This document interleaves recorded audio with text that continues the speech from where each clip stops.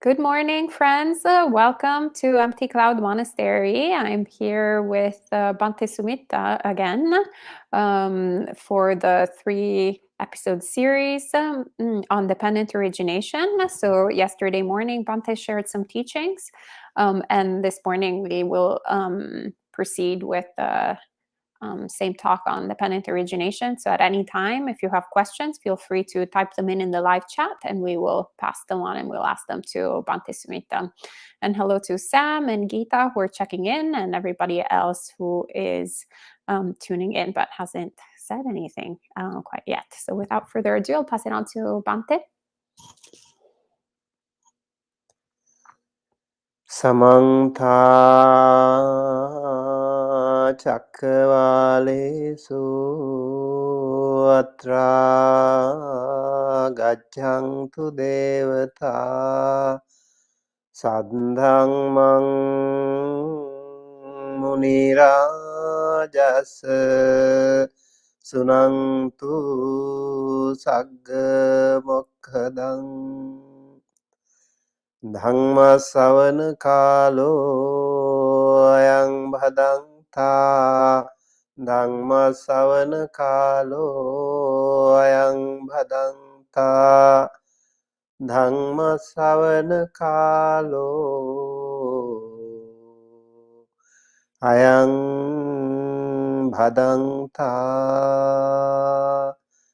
Namo tassa bhagavato arahato samma sambuddhassa Namo tassa bhagavato arahato samma sambuddhassa Namo tassa bhagavato arahato samma sambuddhassa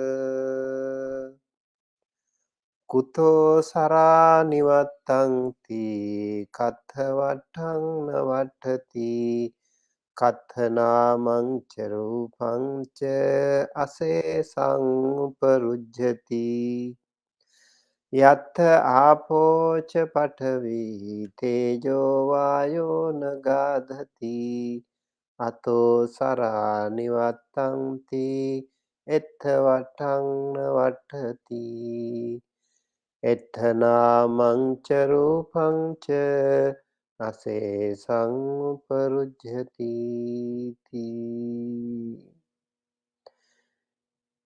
Honor to him, the Blessed One, the Worthy One, the fully enlightened One. My utmost respect to the perfectly enlightened Samma Sambuddha, the noble doctrine of the Buddha, and the noble Mahasangha, the disciples of the Buddha. Hello everyone. Good morning and good evening to all of you. And today we are going to continue from where we have left yesterday. So it is very important to know the fact that the whole world has something in common. That is the duality. I think I mentioned it yesterday also. Like everything, when it is subject to arise, also is subject to decay. So this arising and ceasing is all what matters that we need to know. If we know it, we become Sotapanna. This is the truth. Very, very simple. Although it is so small, so little, and so close, but yet we are so far away, and that is why it is so important to know the paticca samuppada. Yo dhammang passati, so paticca samuppadam passati. If someone knows the Dhamma, sees the Dhamma, he or she sees the paticca samuppada. So that depending arising and then ceasing. Arising and ceasing really the key point here. And so yesterday we also mentioned, like Buddha was immediately after his enlightenment, he was contemplating for 7 days under the Bodhi tree, and then he was also looking at the Paticca Samuppada, the teaching that he realized with so much hard work would be so difficult to teach the world outside.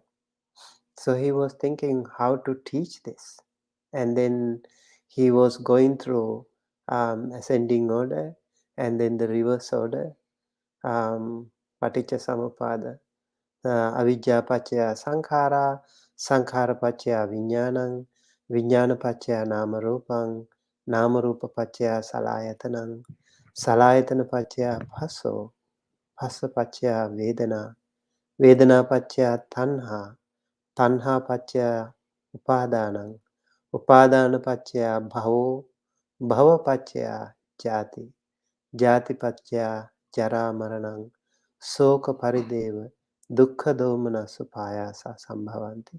This is the arising order. And then the cessation order, the other way, evametasa kevalasa dukkha kandasa samudayo hoti. In many suttas we have this similar text. So this is how the whole mass of suffering, dukkha kandasa samudayo hoti, whole mass of suffering originates.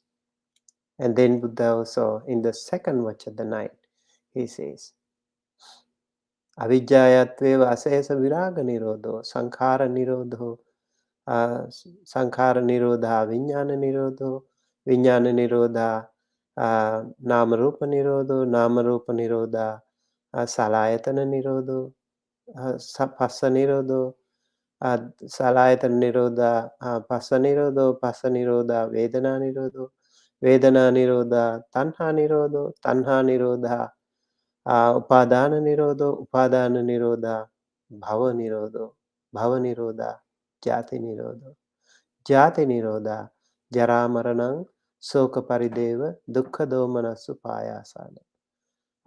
Evametasa dukkha kandasa nirodho hoti. So this is the nirodha, this is the cessation. And in the third watch of the night, Buddha was looking at both sides, both rising and ceasing, the ascending and descending order, and he was looking at it.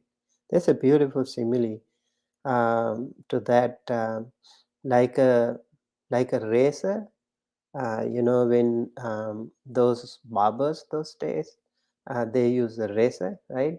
And they do have a belt to sharpen. So how do they do it? They first do it like ascending order, right? And then they do it descending order. And so ascending order, descending order.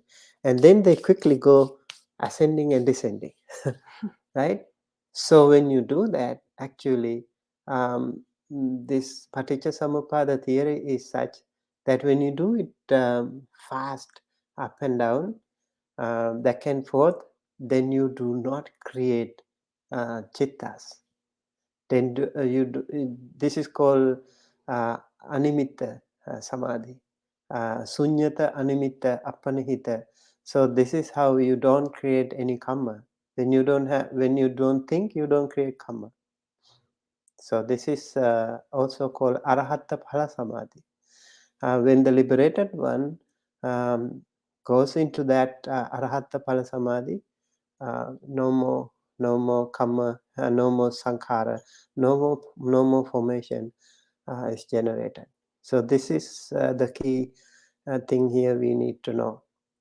And as I mentioned again, I want to reiterate again. Upatissa call it Upatissa's meeting with Venerable Assaji, and the word he learned from him. Ye dhamma hetu pabhava tesang hetu tathagato aha. So every dhamma, every phenomena that is subject to arise, subject to cease. Tesang hetu tathagato aha. The Buddha taught this Dhamma. This is the phenomena. This is the teaching that he taught.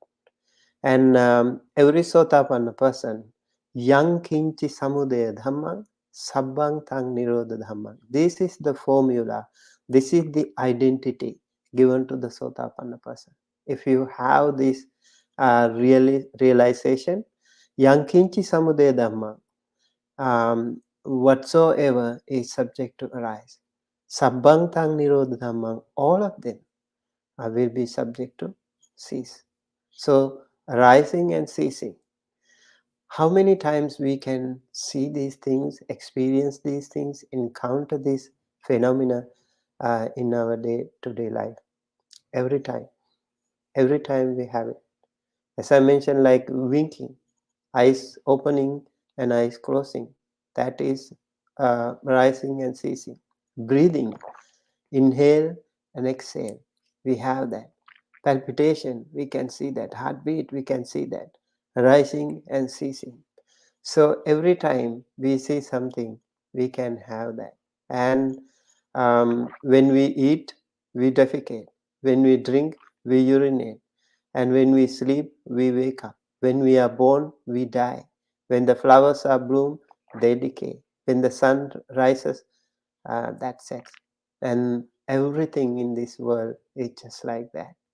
So everything is subject to arise, and then those conditioned things are subject to cease. This understanding, this realization is really important in understanding the Paticcasamuppada. And when we understand this Paticcasamuppada, this will be really important that then we can actually go ahead and do something about it. Today I also want to talk about Namarupa. I think Kyle was asked about that. He was asking about that question too. Hopefully we can also take up some questions from yesterday if we have already reserved. So maybe before going to that, I would just go through again the sequence, these 12 links, which are very important too. So the 12 link goes like this: avijja paccaya sankhara.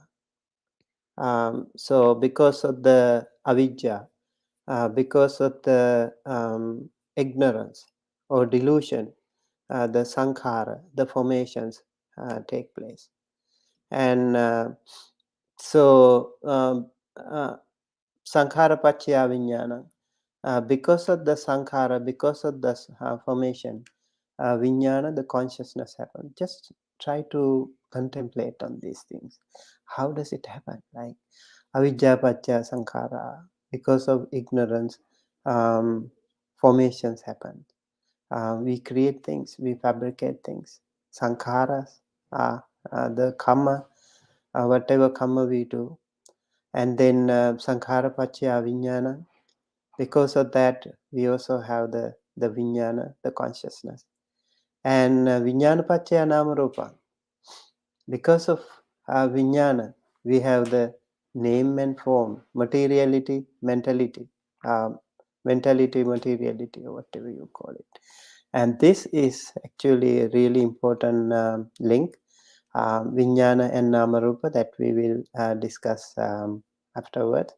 So namarupa paccaya salayatana. When we have the namarupa, nama is, let's say, like simply, nama is like the mind, and rupa is like the body, and then nama is also the five aggregates, rupa, vedana, sanya, sankhara, and also we have the manasikara, and then the other one is rupa, the body, the materiality. And because of that, we have I, and then we have the chakku and the chakku vijnana, and then the rupa. That means we have the I, and then the eye consciousness. And when we connect those two with the rupa, through the eye we see something, and then we recognize it. That is called chakku viññāna. And then we create kamma. How do we do that? Because we react to that situation. So when we see something pleasant, oh, it's a pleasant feeling that we have. If it is someone who is unpleasant, then we will have unpleasant feeling, or maybe neutral. So if it is pleasant, it goes to the raga. It goes to the that lustful or desire. And then if it is unpleasant, it goes to patigha or ill will. We don't like unpleasant. And if it is neither pleasant or non-pleasant or unpleasant, then it goes to the avijja, the ignorance, the delusion. So all these three unwholesome roots will be rotating around. Same thing with just like we watch a movie. If you like it, you feel happy. If you don't like it, you feel unhappy.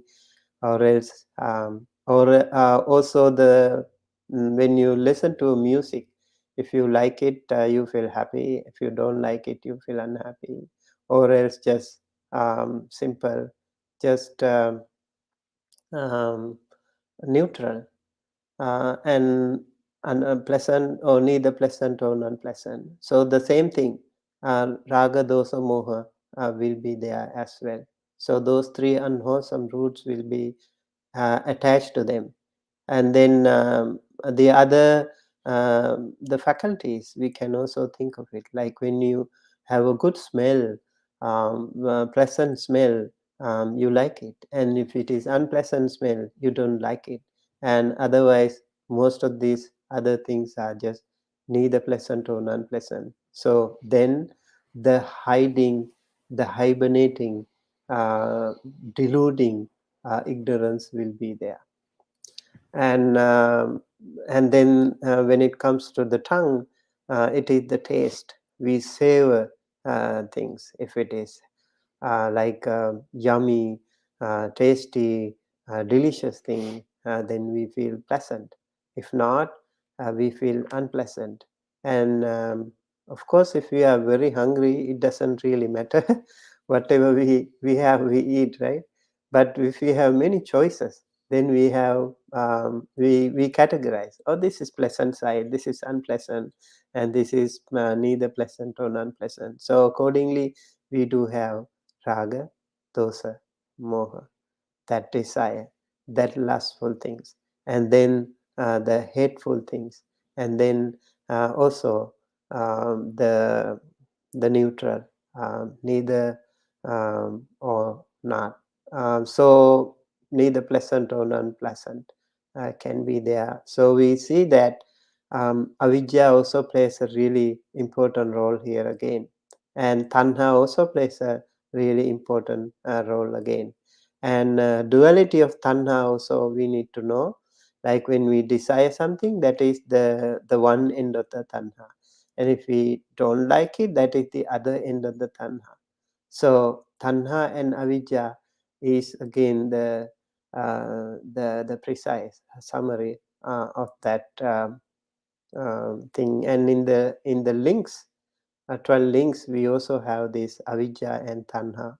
They are again very important things. And then again, when it comes to the contact, it is the same thing.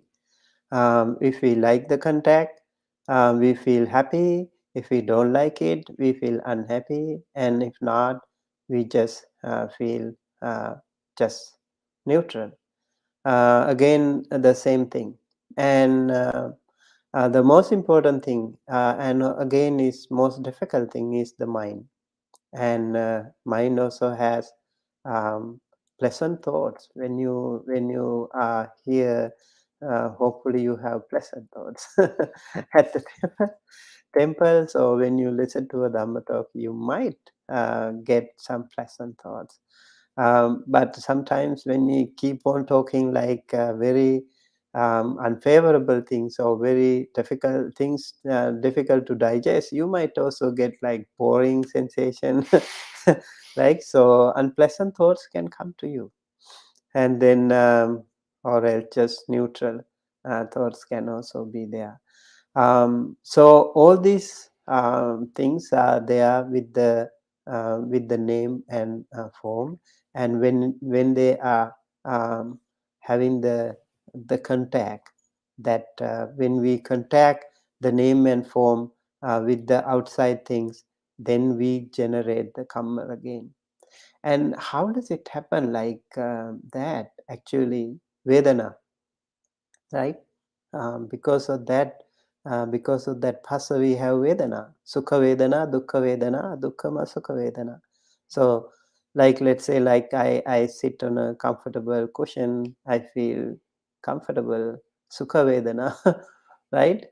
And then why do we change our posture after a while? Right, you feel like you want to adjust a little bit or change here, the posture changing, and all these things happen because the vedana, that feeling changes. So it doesn't sustain forever, it changes, and that is why you the same thing, you don't like it anymore. The thing that you liked before is not the same experience.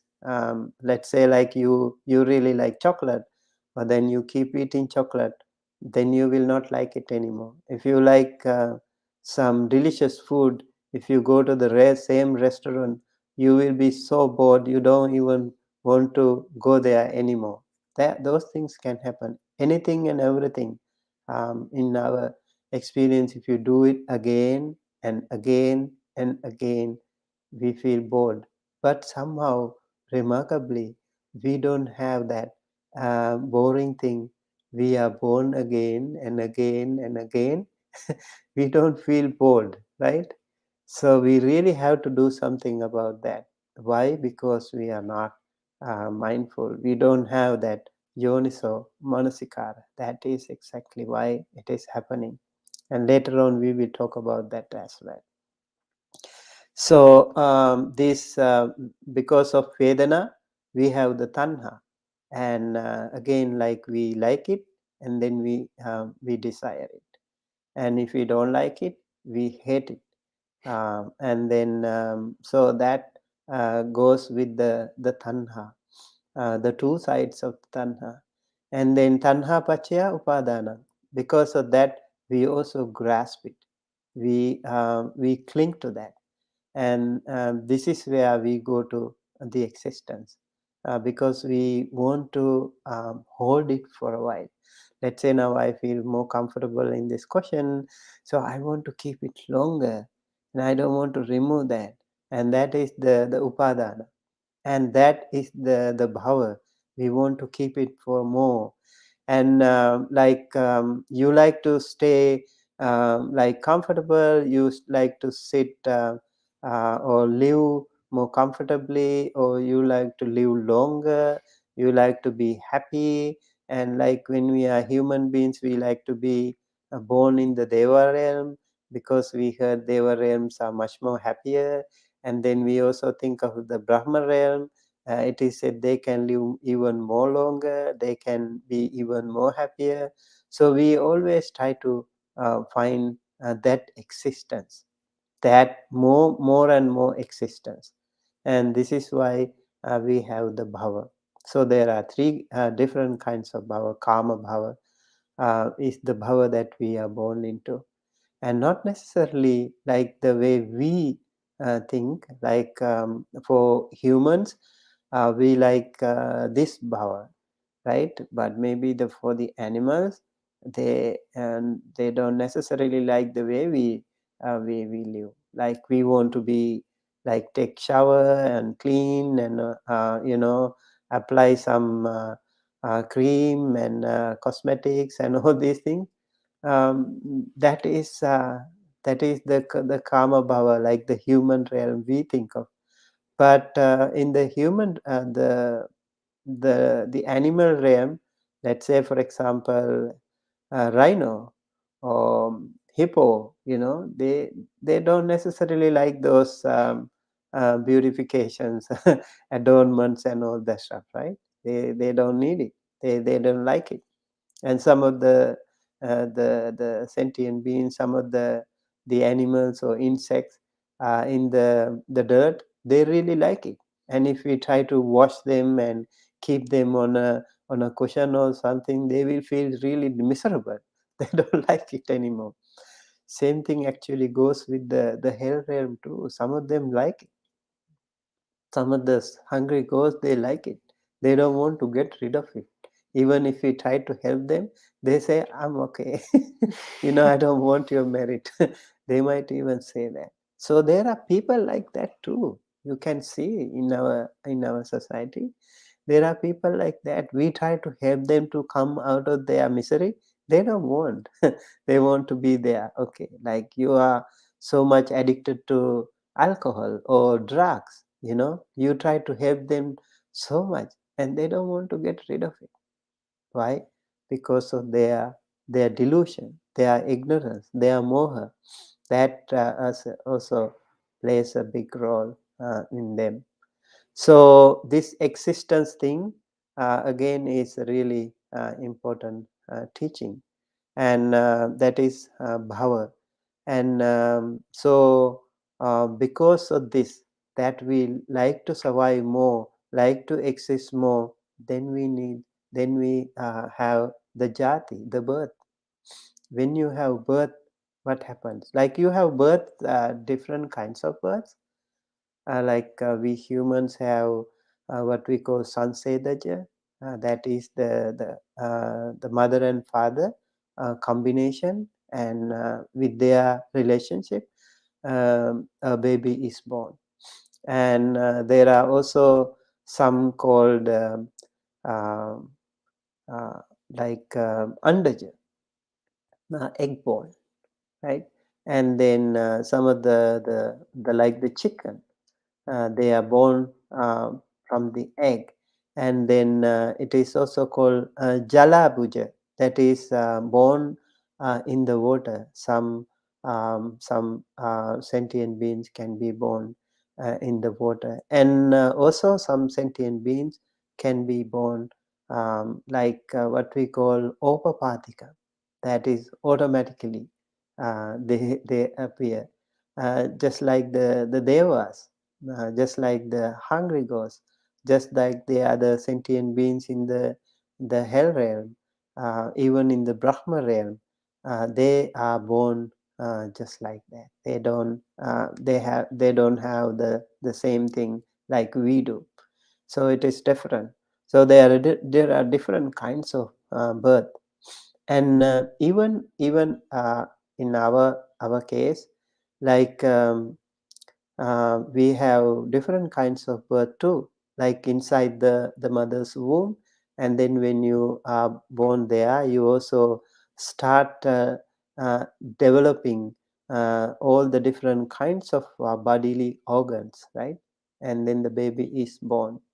And the monks, they are born twice. Uh, they are born twice, because once we are born as a layperson, and then we are born as a monk.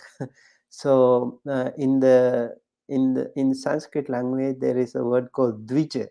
Dvija means twice born. Dvija means the Brahman.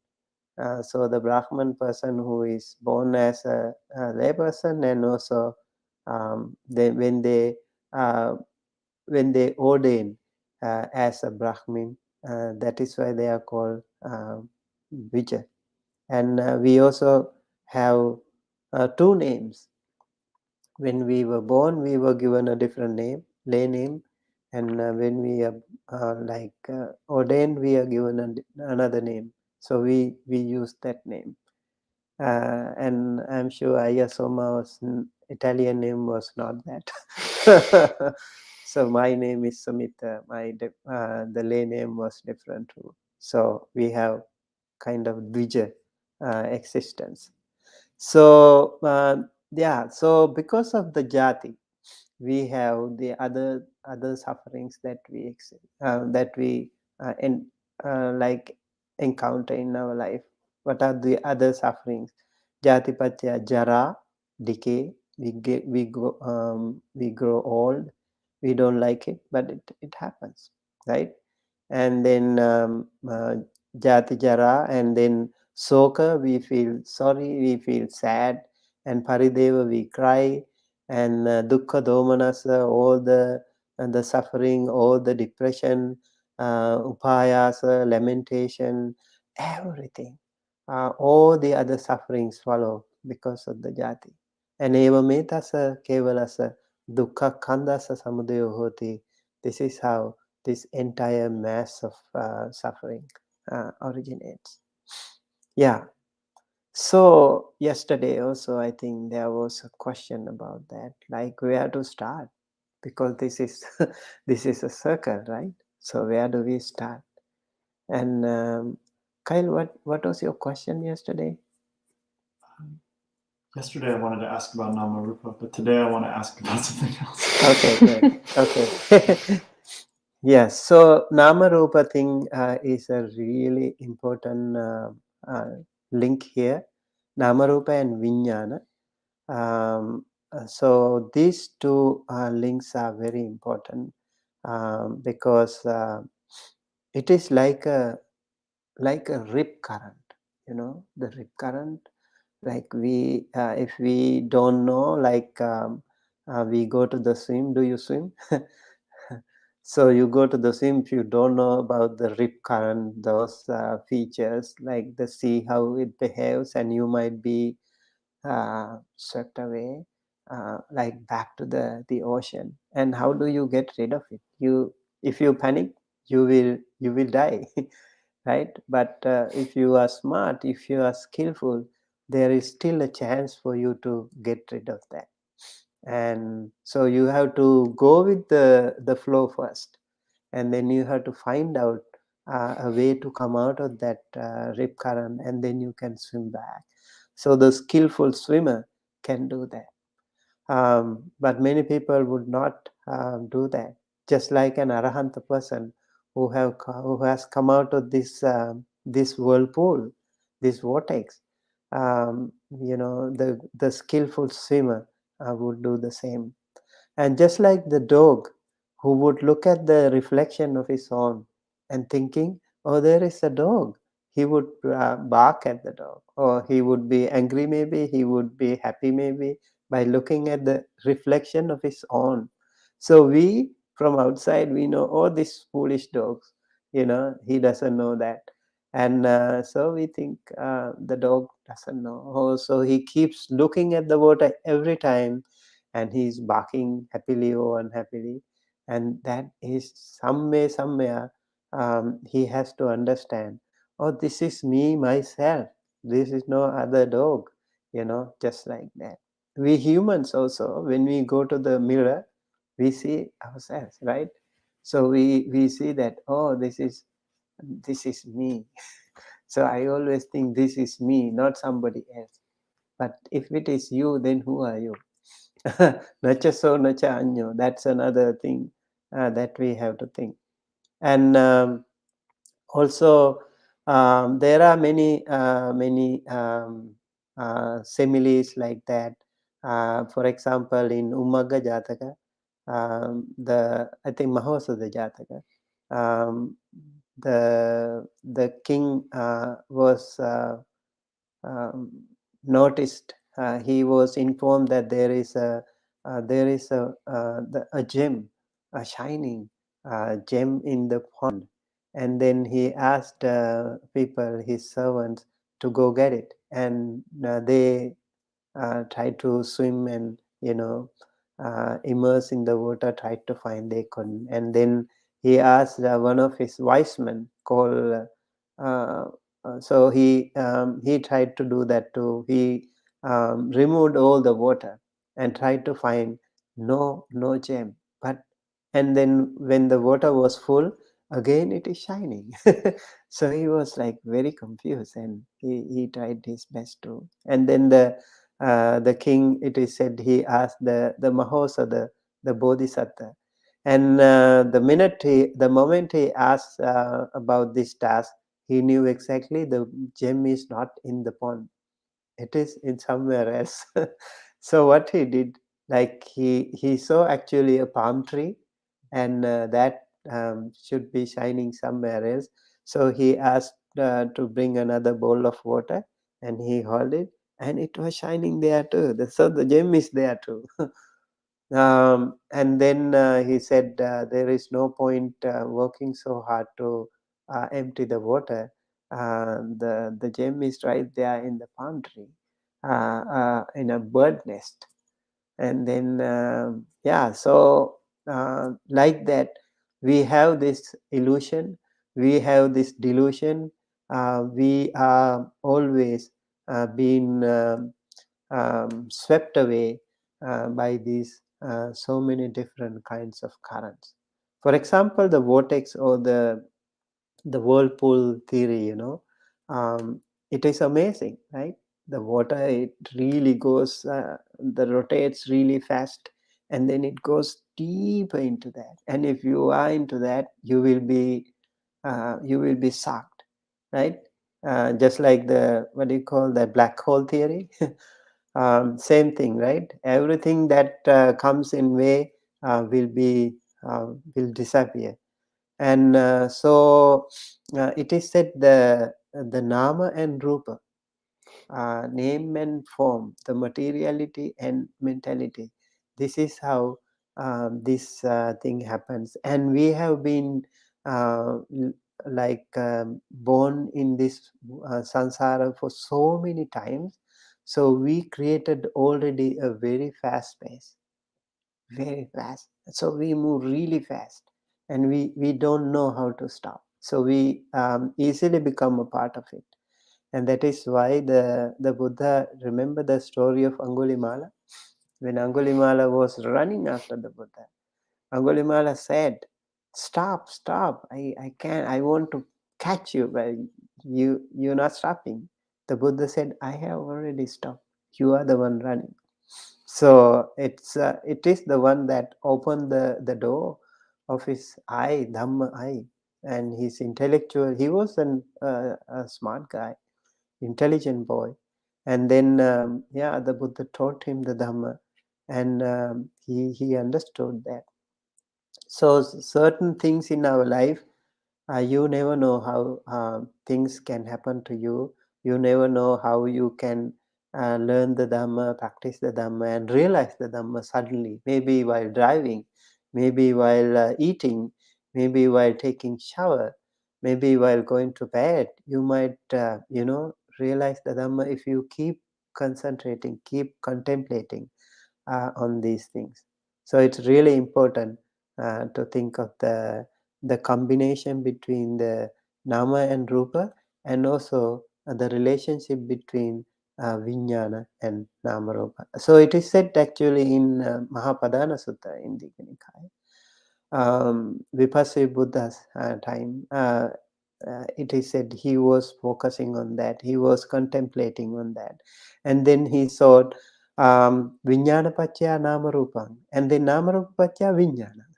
So he saw that nama rupa pacchaya, it didn't go to salayatana, it actually went back to vijnana.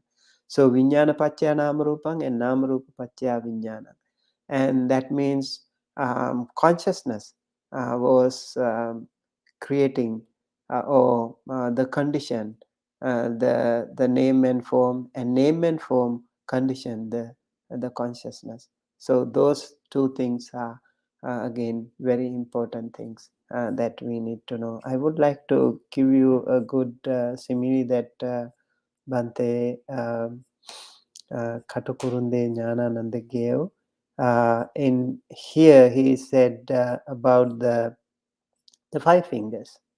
I think it is easier to remember too, right? 5 fingers. So like you can extend your hand, and you can bend the small finger first, right? So that is the little finger. Little finger, the small but mischievous little finger, and that is the feeling Vedana. Okay, and then the ring finger, where you wear the signet ring, and that is the perception, that is the sanya. And then the decisive middle finger, prominent and intrusive intention.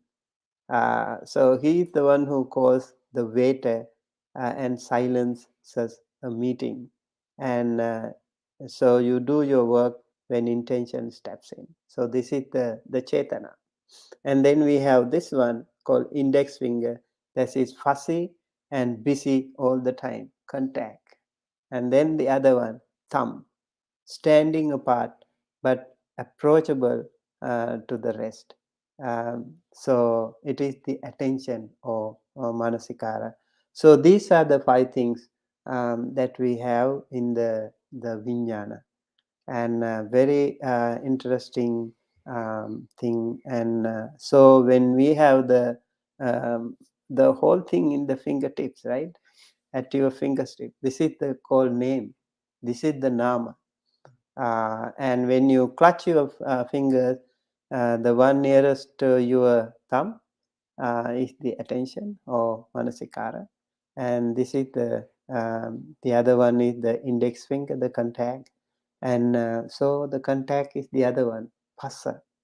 And so that is why it is important to remember the combination between these things, nama rupa and the vijnana, and then again how it is connected to the other links as well.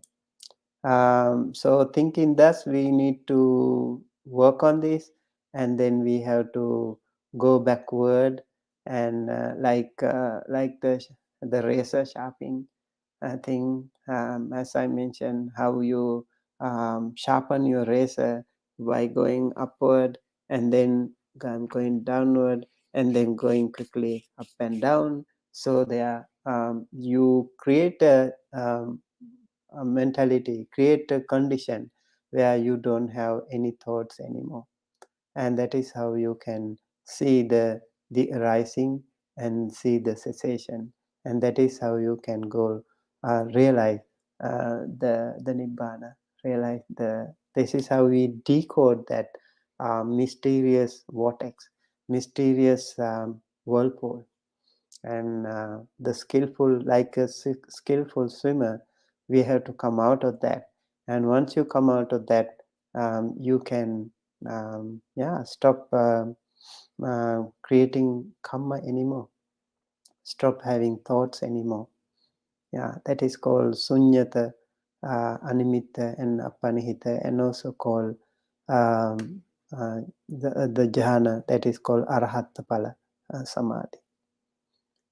So this is about the talk today, and we will continue with this again in the evening. And thank you so much for joining us today. Hannamayam Dhammakataya Sadhukaram Dadamase Sadhu Sadhu Sadhu Anumodami.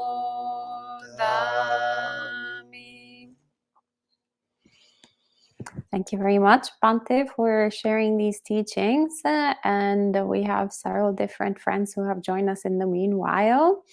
Welcome to everyone. You're too many to say all of your names. So I'll go to the questions. Anita says, Bhante, would it be like when the hibernating, deluding ignorance is made conscious and can rest on upekkha? Yes. Upekkha can be hidden in, the ignorance can be hidden in the upekkha. That's very true. When you have upekkha, you will go to the Brahma realm, right? And that is not the end of the samsara again. So hiding there, hibernating there, that deluding factor of ignorance. Thank you, Bhante. And Gita says, Bhante Sumitta, how can one control one's reaction and awaken equanimity without going into extreme craving, aversion, and delusion / neutral feeling? Does one use the 3 Dhamma seals, impermanence, non-self, and unsatisfactory nature of life, dukkha? I think the answer was given already. Great. Yeah, so yeah, anicca dukkha anatta will be a great way to think. Everything that we have, even the breathing, in the Satipatthana Sutta it is said, when you breathe, you keep recognizing, identifying whether it is short or long, and all the different features of this. And later on you find this is just a body and not a being. And so this is the first way to actually turn anapanasati to vipassana. That your breath, you try to think this is me or this is myself. It is not anymore. It is just being, but it is just a body, but not a being. And same thing with ourselves. Everything that we have, we think it is me, it is I, it is myself. But if you analyze it carefully, you will recognize there is nothing in me. In this rupa, do you see me? No. In your eye, or in your nose, in your ear, in your tongue, in your body, in your mind, where do you find I, me, myself? You don't find it. But that is the delusion, because of our constant and our long-term swirling. You call it swirling, or like rotating, swirling, right? And that is why we are actually compelled to think that we have this thing. So we are constantly rotating in that whirlpool. Yeah, it's important to think somewhere, somehow, that everything is impermanent, everything is subject to change, and there is no permanent entity, just like that. Thank you, Bhante. And Gita also asks, as we see contact, touching, feeling, intention, forming / craving, all due to consciousness touching the six sense doors, so one must guard the sense doors and develop wisdom, mindfulness, and letting go. So what is the question? Oh, I thought you had it there. Okay, I haven't opened it. I can repeat it if you need. Yes. As we see contact, touching, feeling, intention, forming / craving, all due to consciousness touching the six sense doors. So one must guard the sense doors and develop wisdom, mindfulness, and letting go. Yes, so this is the shortcut to Nibbana. Shortcut to Nibbana is guarding your sense doors. If you guard your eye door, ear doors, nose door, tongue door, body, and the mind doors, you will know. You will have to be really mindful. You need to have that very, very important gatekeeper called Yoniso Manasikara, Sati Sampajanya, Sati. This is the alertness, this is the mindfulness that will save you from all the miseries. And the ignorance will be very difficult to, it is very elusive all the time, hiding all the time, very difficult to recognize the delusion and illusion. And we all already have that. Let's say, like, you go to a cinema hall, you already, like, before starting the cinema, the theater, the movie, this is just an empty wall there, right? You see the screen just empty.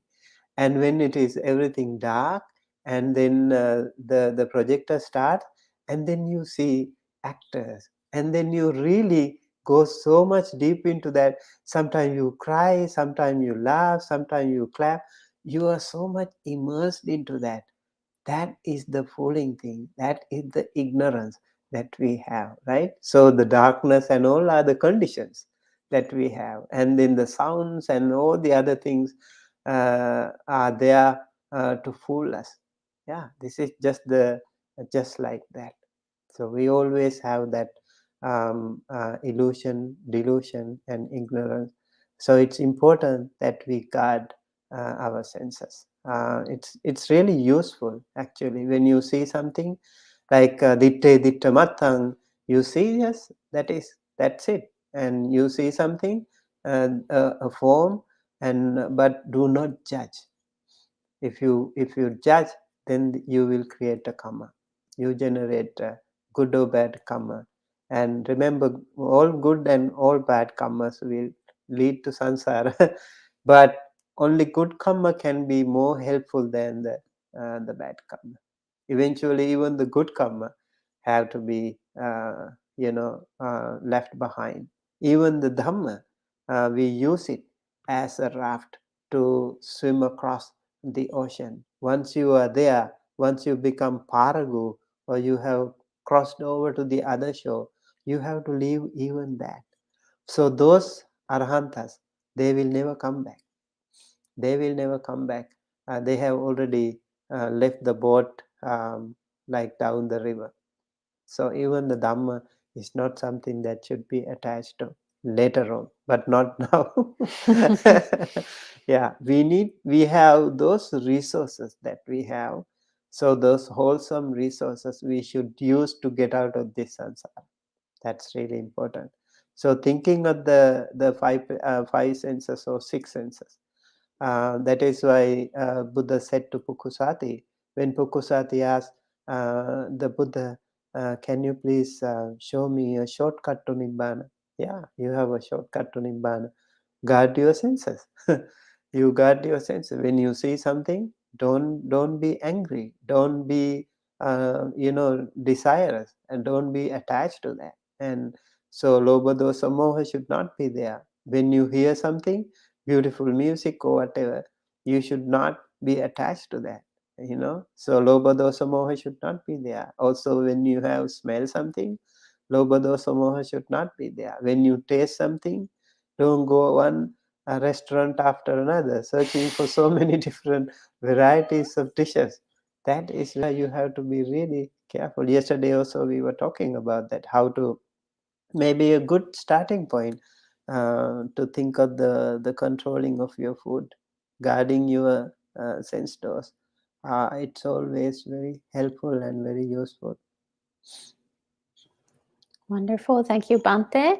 Gita asks, can one also break the first link, ignorance, by pondering on with wisdom the Four Noble Truths? First, break the first link, ignorance, by pondering. Yes, so although it is the ignorance that is we start with that, but we don't know whether it is the first one. Because this is a circle, right? So that is why in the Mahanidana Sutta and Mahapadana Sutta, actually, when Vipassi Buddha was looking at the Namarupa and Vijnana connection, he saw that Namarupa Pachya Vijnana and Vijnana Pachya Namarupa, and then his Dhamma eye appeared. It is said he, like even in the Dhammacakkappavattana Sutta, we have the Dhamma Chakkung Udapadi, Aloka Udapadi, and in that sutta, the Vipassi Buddha said, Samudayo, Samudayo, arose. So like he had that. So I think it is difficult to say what it is. If you start thinking of the ignorance, yes, it is, but it will be a little bit challenging, I guess, of thinking. But so ignorance is the Four Noble Truths. But Four Noble Truths can be also applied to all the other links. Let's say the suffering, the root of suffering, and then the cessation of suffering, and the path leading to the cessation of suffering, the Noble Eightfold Path. Those things should be applied to other routes as well, other links as well. And then remember the cessation and the arising and the ceasing. This is the main theory that we need to know. Arising and ceasing. Everything is arising and then ceasing. That also is really something important that we need to know about the Paticcasamuppada. Thank you, Venerable. And the last question is actually from Bhante Sudaso, who is watching from North Carolina before starting his retreat. Well, the retreat that he's leading in a few hours. So Bhante Sudaso is asking, Bhante, both bhava and jati seem to indicate the formation of a distinct self-identity, the coming into being of a sense of me. What is the difference between these two? Yeah, I think there is also like the bhava and the jati. They are like it is also said the five the Paticcasamuppada is linked to three births. I mean three like the past, the future, and the present. So this bhava and the jati can also be linked from past to the present and from present to the future. That also can be there. So bhava is the existence, jati is the birth, being born. That when you can crack it, if you can crack it, there will be no jati. Like when there is no bhava, then there is no jati. So the bhava is important because it is also linked to the upadana. Upadana paccaya bhava. Like you grasp thing, and then when you grasp, you want to have it more. If it is pleasant, you want to hold it more longer. That is the existence, right? And then again kama bhava, and then rupa bhava, arupa bhava are also there. I think that existence is the first stage, and then you want to achieve it. Your like existence is the first thing, and then you want to achieve it. That is the jati. So first bhava is the kind of mental proliferation, mentally you thinking of that, and then you execute and you are born there. That is the jati. So they are little two different things. Yes, it is also related to definitely it is related to self identity. Thank you very much, Bhante. Are there any other questions from the in flesh people? All right, so I think then that's all for this morning. You had a question, right?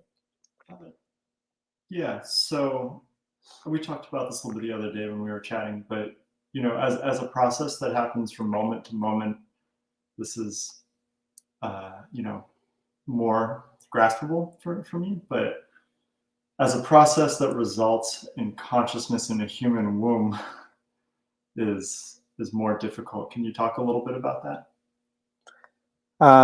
Yeah, if you can think of moment to moment, that is also nice. Like you like it is like a Kanika Samadhi. So then like every moment, if you take moment by moment, I think it is so important, very very good if you can think of it like you are more comfortable with that way, right? So I think go ahead and practice that way. Don't worry about the things that you find it more uncomfortable. So think of the moment to moment practice that you can realize, just like close your eyes and open your eyes and breathe in, breathe out. Those are little things that you can, maybe you can open your Dhamma Chakra with that. I'm sure there have been a lot of people who are doing it. If you keep practicing on this, I think that will be very helpful to you in your practice. Yeah, it depends on your character too, your temperament. Looks like this is the way to go for you. Yeah, take that moment by moment thing and more. There are some people Like the Buddha also used in our Anupuppi Katha series, we mentioned for some people who are maybe only a Buddha should be there to help them, and only a Buddha should be there to help them. And some, even if the Buddha is there, they will not open the Dhammachakra. And then there are some people who can be guided by the Buddha, but they can do it themselves. They are like the Arahanta people, right? And then there are some people like Pacceka Buddha. They don't have to be guided by the Buddha. They can do it themselves, but they cannot guide others. So there are different kinds of people. And also some people, Buddha noticed that some people, if you talk about this Paticca Samuppada or such a profound teaching, they will feel difficult. If you talk about Nibbana, they will feel very difficult, uncomfortable to grasp it. And for them, the Buddha started with the Dana Katha. Talk about the Dana, generosity, practice generosity. That is very good. And then we go to Sila Katha, practice morality. It's really important. And then there are many benefits when you offer. You have many benefits when you practice morality. So many benefits too. And then you go to Sagga Katha, heavenly benefits, heavenly pleasures. And then also Kamanang Adinavang. Then carefully Buddha was teaching them the dangers of karma, all the desires. And then it is how you are slowly guided them to the path, like dispassion, and then you can slowly get away from all those defilements. It is important from your own call, your own capacity. You start, but remember one thing: the gradual path. Why all the arhants, all the Buddhas, they had one thing in common. That is sila, samadhi, panya. Sila is the morality, and samadhi is the concentration, and from there only the panya can be achieved. Like in the Dasa Sangyojana or 10 fetters, um, last one is avijja, ignorance. And just before that is uddhacca, restlessness. Because when you are restless, you cannot concentrate. You cannot. You cannot take decision, right? Your wisdom will be murky, and you can't really find the wisdom. And that is why you have to get rid of the uddhacca and get rid of the restlessness. For that, you have to practice concentration. In order to have concentration, you need to have bodily and verbal restraint, sila. So sila is the key, sila is the foundation, and the other things will follow afterwards. When you have bodily and verbal restraint, then you can have mental restraint. When you have mental restraint, you have the concentration. When you are sharp edge, razor edge concentration, you will get the wisdom. Just even one word would be enough. One line was enough for Upatissa to open his Dhamma eye, because he was already matured enough to realize. He just wanted just the key, open the door for him. All of us, you never know. Like as I mentioned, while cooking, maybe while driving, maybe while taking shower, maybe while going to bed, maybe you think of all these things. Maybe you have an opportunity to open the Dhamma eye. And I sincerely wish all of you remember one thing in this life. If we try to attain the Sotapanna, that will be the biggest achievement. Of course, Arahanta Pala is the biggest, but at least the Sotapanna would be our target if we practice. In order to do that, this Paticca Samuppada teaching is really important. Yankinchi samudaya dhammang sabbanta nirodha dhammang. Remember that all the time, if something is subject to arise, that is subject to cease.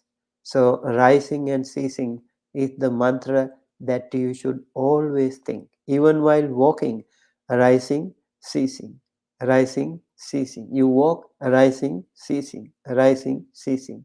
Your walking meditation maybe will open the Dhamma Chakra for you. And yes, thank you very much again, Anti-Cloud Monastery, for allowing me, giving me the opportunity to discuss about this topic. And I myself feel very honored and very happy to learn more about this topic. Thank you very much, Bhante. We are very grateful. And Geeta, I will ask your other questions this evening in the last Maybe we episode will of the start series. with that. Yes, we can start with that for sure. And Amaranta, I will also post all the links that Bhante gave yesterday as a post within the, because it was in the comments. So I will put it as a post, or someone here will put it as a post, and you can find it all there. All right, so see you again this evening at 7:30 p.m. New York City time with Bhante Sumitta for the last episode on dependent origination for this time around. We're very grateful, and pass it on to Bhante to end the session. Thank you, everyone, for joining us today. And by the power of the merits that we accrued today by listening to this all-important Paticca Samuppada teaching, and also by practicing Dana Sila Bhavana in our lifetime and in our samsara, we have generated some good karma, good positive energy. Maybe we will think of it, we will focus on it, and also we will practice more to achieve our final goal, the liberation. And again, this one is really important to think that our final goal, we always should keep it in our mind. All these practices, all these Dhamma teachings and Dhamma learnings, listening to these Dhamma talks should lead us to our final liberation. That should be our goal, primary goal all the time. And that will be our vision, and that will be our mission to achieve in our samsara. So by the power of all these merits, may you be well, happy, healthy, safe wherever you are. May you and your family members, your friends and relatives, all the loved ones, and everyone, teachers, elders, everyone in your community, everyone in your neighborhood, everyone in your city, in your country, everyone in the world, be well, happy, healthy, safe wherever they are. May the Buddha Dhamma Sangha bless you, help you, protect you, and guide you towards the right path. May all Devas, Brahmas, and all the Kalyana Mitra friends, spiritually rich friends, bless you, help you, protect you, and guide you towards the right path. May all of us and all the other sentient beings, including our beloved departed ones, receive this merit. Be well, happy, healthy, safe. May all of us and all of them be able to attain the supreme bliss of Nibbana. Sadhu, Sadhu, sadhu.